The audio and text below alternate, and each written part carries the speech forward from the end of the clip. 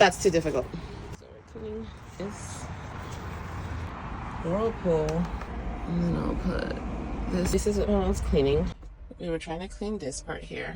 As you can tell, it's dirty, right? But it wouldn't like come up. In order for that to come out, you have to open this, and then you have to push this up. When you push this up very slowly, grab it, then this goes out while you grab this in. This has this in it, right? I would suggest taking this out. So now you have this whole space.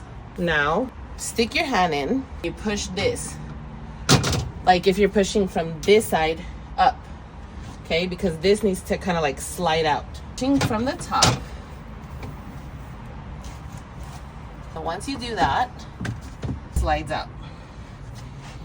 Got it? It needs to go at the bottom of this, right? It needs to go right here. So then, voila. That's too difficult.